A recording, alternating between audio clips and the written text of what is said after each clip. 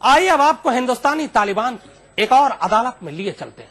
इस अदालत की खासियत यह है कि यह सिर्फ रात के अंधेरे में ही लगती है। वैसे इस अदालत की सबसे खतरनाक बात यह कि इसे ना सुनना पसंद नहीं है।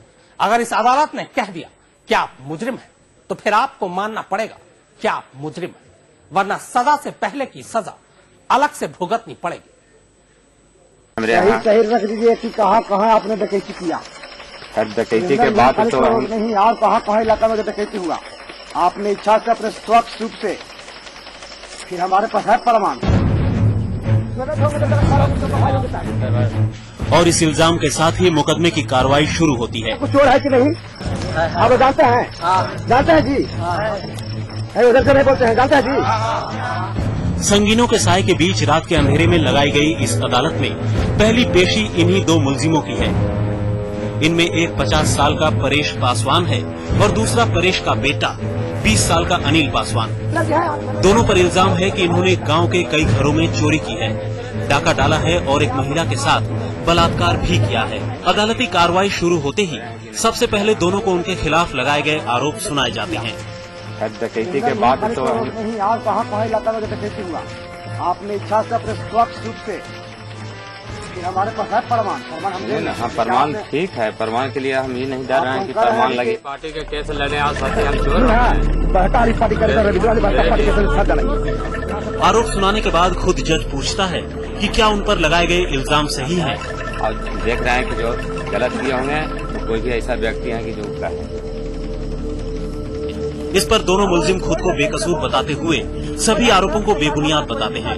मुलजिमों के आरोपों से इनकार करते ही पल भर में अदालत की तस्वीर बदल जाती है। तमाम लोग सुन रहे हैं। क्या रविंद्र ठाकुर नहीं कहा था इनको बारे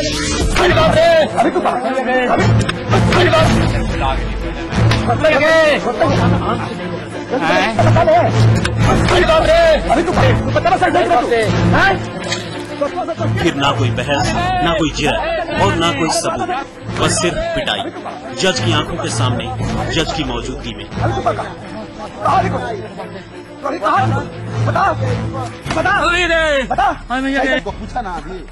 दोनों मुलजिम आखिर इंसान थे, हाड़ मांस के इंसान। दर्द कब तक बर्दाश्त करते? जैसे जैसे पिटाई बढ़ रही थी उनके हौसले पस्त हो रहे थे और इसी पस्त हौसले और आह तराह के बीच आहिस्ता आहिस्ता अनिल खुद पर लगे इल्जाम को स्वीकार करना शुरू कर देता है।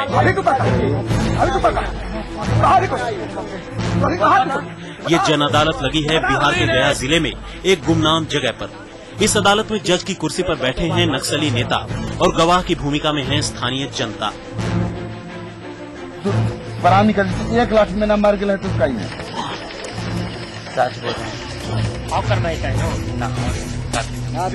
मगर परेश पासवान अब भी डटा हुआ था। वो अपना जुर्म कबूल करने को तैयार ही नहीं था।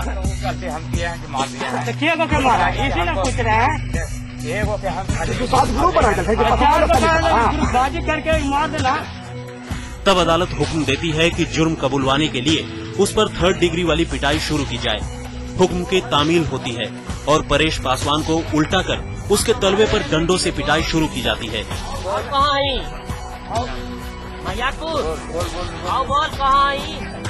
वो चीखता है, चिल्लाता है, मगर रात के अंधेरे में उसकी चीख सुनने वाला यहाँ कोई नहीं है।